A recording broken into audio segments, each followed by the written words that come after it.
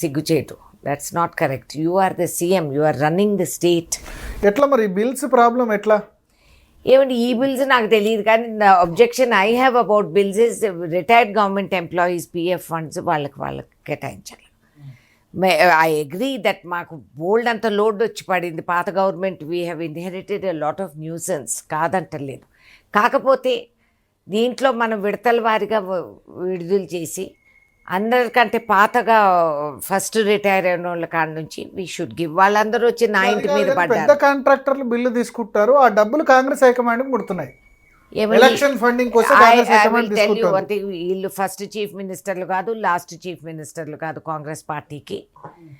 ఈ ఒక్క రాష్ట్రమే కాదు కదా, మాకు ఇతర రాష్ట్రాలు కూడా. హిమాచల్ ప్రదేశ్ దివాలా తీసింది, మమ్మల్ని మొన్న 30% జీతాలు కట్ చేశారు. ఇక ఉన్నది మీ కర్ణాటక, తెలంగాణ, ఈ రెండు స్టేట్స్ మర్చిపోయారు. కేరళ ఇప్పుడే వచ్చింది కదా, పైసలు అప్పుడే పంపలేరు కదా. కాంగ్రెస్ హైకమాండ్ మొత్తాన్ని కూడా సాదుతోంది. కాంగ్రెస్ రాష్ట్ర ఏ ఎన్నికల్లో సాదుతోంది. ఇక్కడ ఇది డైరెక్ట్ గా మీ మంత్రులు చెప్తున్నారు. ఎవరండి మంత్రులు? మేము హైకమాండ్ పంపిస్తున్నాం అని చెప్తున్నారు. They are unfit to remain మంత్రీస్.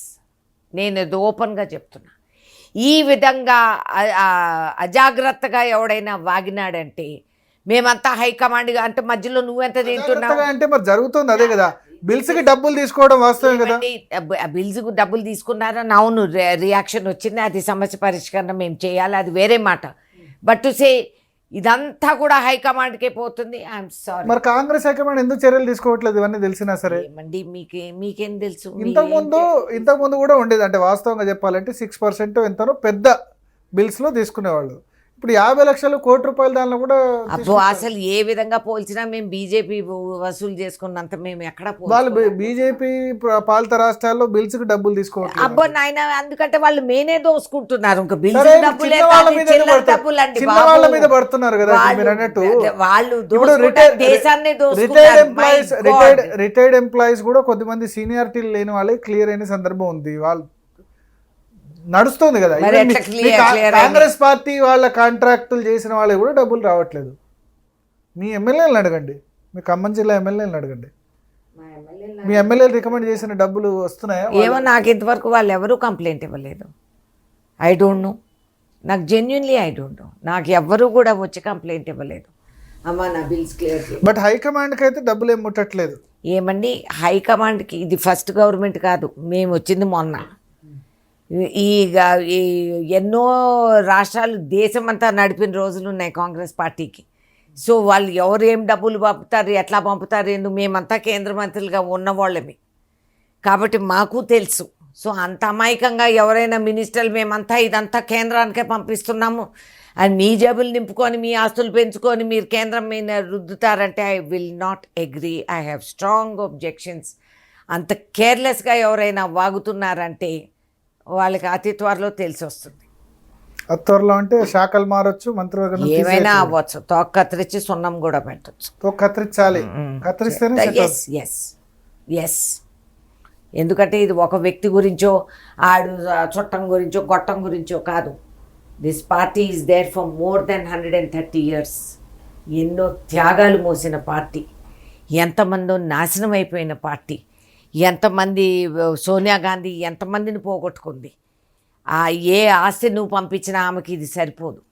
ఆమె లోటు అది ఎంత ఆమె లోటు పడింది ఎంత అనేది అందరూ అర్థం చేసుకోవాలి, మర్చిపోకూడదు. రోజులు మారాయి, రాజకీయాలు మారాయి, ఐ అగ్రీ. బట్ బేసిక్ సిద్ధాంతాలు మారలేదు. కాంగ్రెస్ పార్టీ లక్ష్యం పేదవాళ్ళకి సామాన్యుడికి నిలబడింది. మీరు నలుగురు ఉన్నారు power centres. Renuka Chowdhary, deputy CM Bhatti, Ponguleti Srinivasa Reddy, Tummala Nageswara Rao. ఇప్పుడే మీరు అన్నారు కదా రేణుకా చౌదరి నోవేర్ అని. సో నన్ను తీసేయండి, ఆడు ఉండేది ముగ్గురే, వాళ్ళ ముగ్గురిని అడగండి. ఖమ్మం జిల్లాకన్నా న్యాయం జరిగిందా ఈ 2.5 సంవత్సరాలు? హయ్యెస్ట్ నాకు తెలిసి 90% రిజల్ట్ వచ్చింది. సరే గెలిచిన ఎమ్మెల్యే కూడా ఇప్పుడు జేనాయుడు కాబట్టి 100% రిజల్ట్. ఖమ్మంలో నెక్స్ట్ 10 సీట్లు 5-6 సీట్లు వస్తాయా కాంగ్రెస్కు? రావాలనే నా ప్రయత్నం. మళ్ళీ కూడా మేము 9 ఏమండి ఒక భ్రమ అయితే నేను దూరం చేస్తాను. ఎవరో పార్టీకి వచ్చేసి వాళ్ళు చేరిపోయినాక మేము 10 సీట్లు అనేది ప్రచారం చేసింది మీరు దుష్ప్రచారం. వాస్తవానికి దట్ ఈస్ ద బ్లఫ్. ఎవ్వరూ లేనప్పుడు కూడా మేము 9 సీట్లు వాపస్ ఇచ్చాం. నేను ముందే రాసిచ్చాను, కేంద్రంలో రాసిచ్చాను. యూ విల్ నో తర్వాత కూడా we will give you the 9 seats. అంచెలంచెలుగా కాంగ్రెస్ ఓట్ బ్యాంక్ పెంచుకుంటూ వచ్చింది మేము కార్యకర్తలు, నేను కాదు, కాంగ్రెస్ కార్యకర్తలు. మేమందరం పనిచేసి భుజానికి భుజం మానిచ్చి రాత్రి పగులు మేము తిండి ఆహారాలు మానేసి మేము పనిచేసిన రోజులు ఉన్నాయి. దాని ఫలితం ఇప్పుడు అందరూ అనుభవిస్తున్నారు. కాబట్టి గొప్పగా వాళ్ళు టీఆర్ఎస్ నుంచి ఇటు వచ్చినందుకు మేమంతా గెలిచేసాం. Forget it, that's bullshit. Ponguleti Srinivas Reddy join అవ్వడం ఆ సమయంలో ప్లస్ పాయింటే కదా. కర్ణాటక ఎలక్షన్స్ తర్వాత ఆయన పార్టీలోకి రావడం అడ్వాంటేజ్ అయింది కదా. అందరూ ప్లస్సే. వరంగల్లో చంద్రశేఖర్ గారు, ఇంకెక్కడ జూపల్లి గారు కానీ ఎవరు వచ్చినా ప్లస్సే అనుకున్నాము. పార్టీ బాగుపడాలి, పార్టీ గెలవాలి. మధ్య పాపం పొంగులేటి టార్గెట్ చేసినట్టున్నారు. అవునా? నాకు అనిపించింది. ఏ విధంగా అంటే Raghava constructions issue BRS raise చేసింది. ఆయన ఒక్కడే కాస్త నోరిప్పి వాళ్ళకి అగెయిన్స్ట్ గా స్టేట్మెంట్ అన్నా ఇస్తున్నాడు పుణ్యానికి. కనీసం ఆ మాత్రం అన్నా మాట్లాడుతున్నాడు కాబట్టి ఆయన టార్గెట్ అవుతాడు. అఫ్ కోర్స్ అది అవుతుంది. వాళ్ళు ఎవరైనా పొగుడతారా? బీఆర్ఎస్ టార్గెట్ కావాలి కానీ మీ ప్రభుత్వమే టార్గెట్ చేసింది కదా. మీరు అంటున్నారు ఇప్పుడు బీఆర్ఎస్ వాళ్ళు అన్నారు ఆయనని. నేను టార్గెట్ చేసింది బీఆర్ఎస్ అని అనలేదు, మీ ప్రభుత్వమే టార్గెట్ చేసింది అంటున్నా పొంగులేటి. ఏ విధంగా? He's holding the most important portfolios. ఏ విధంగా టార్గెట్ అయ్యారు ఆయన? అంటే ప్రభుత్వం నుంచో లేకపోతే మీ తోటి మంత్రుల నుంచో ఆయన ఏదో ల్యాండ్ అది చేస్తున్నారు ఇది చేస్తున్నారు అని చెప్పి, ప్లస్ మైనింగ్లో మన గవర్నమెంటే ఫైన్ వేసిందని ముఖ్యమంత్రి చెప్పారు అసెంబ్లీలో. దేనికి ఫైన్ వేసింది? ఏదో మన అక్రమ మైనింగ్ అని చెప్పి రాఘవ కన్స్ట్రక్షన్స్కు ఆయన నాకు ఆ రాఘవ కన్స్ట్రక్షన్ కాదని ఆయన చెప్తున్నారు, ప్రభుత్వమే రాఘవ కన్స్ట్రక్షన్కు ఫైన్ వేసిందని చెప్తుంది.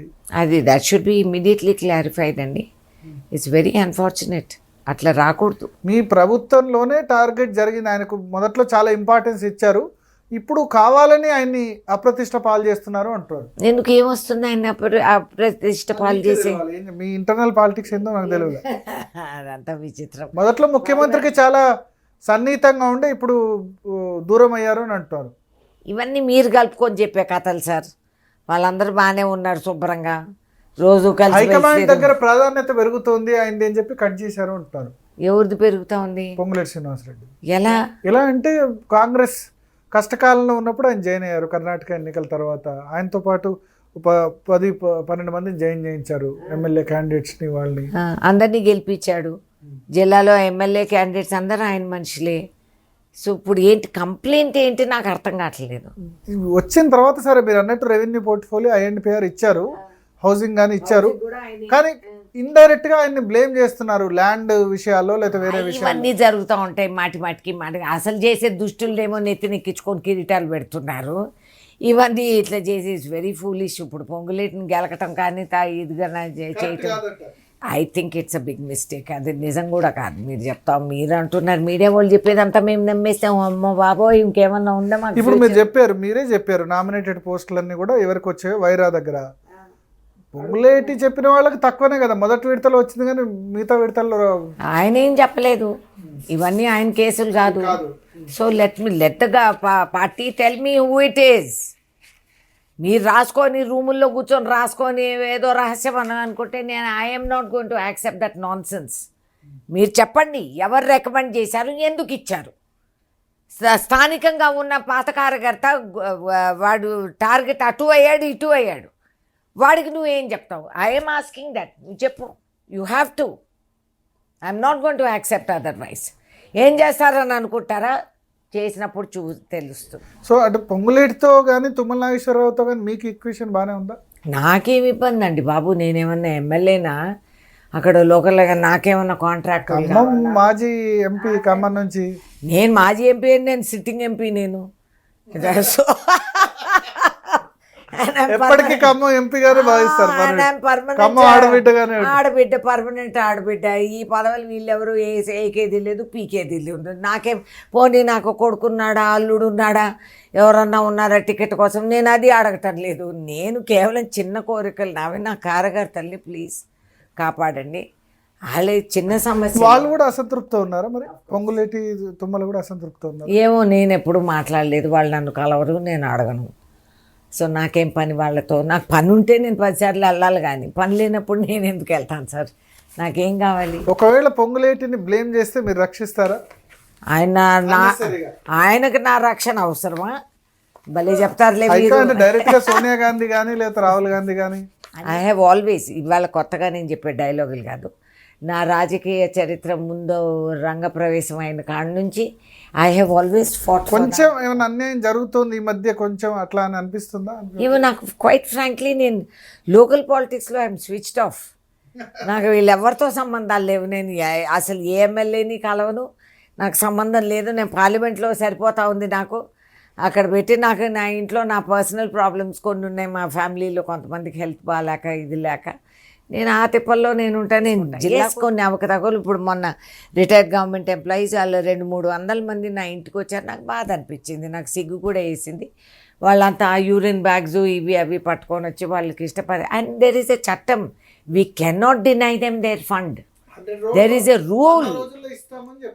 మరి ఇస్తారులే, ఇవ్వకుండా పోతారా? అది ప్రయారిటీ చేయాలి, అంతకు తప్పితే నా సలహా ఇంకోటి కాదు. వాళ్ళు పడే తిప్పలు వాళ్ళకి తెలుసు, సీఎంకి తెలుసు ఎన్ని తిప్పలు ఆయన మునిగి తేలి టైంకి డబ్బులు అందించాలంటే ఇట్స్ నాట్ ఎ జోక్. అందించేది కేంద్రానికి కాదు, ఈ స్కీమ్స్కి వీటికి. నేను చెప్తున్నా, రేవంత్కి కోఆపరేషన్ లేదు రాష్ట్రంలో, మంత్రివర్గ సహచరుల నుంచి కానీ మిగతా వాళ్ళ నుంచి కోఆపరేషన్ లేదు అన్న టాక్ వినిపిస్తుంది. మరి అది ఆయన సరి చేసుకోవాలి, ఆ టాక్ రాకూడదు.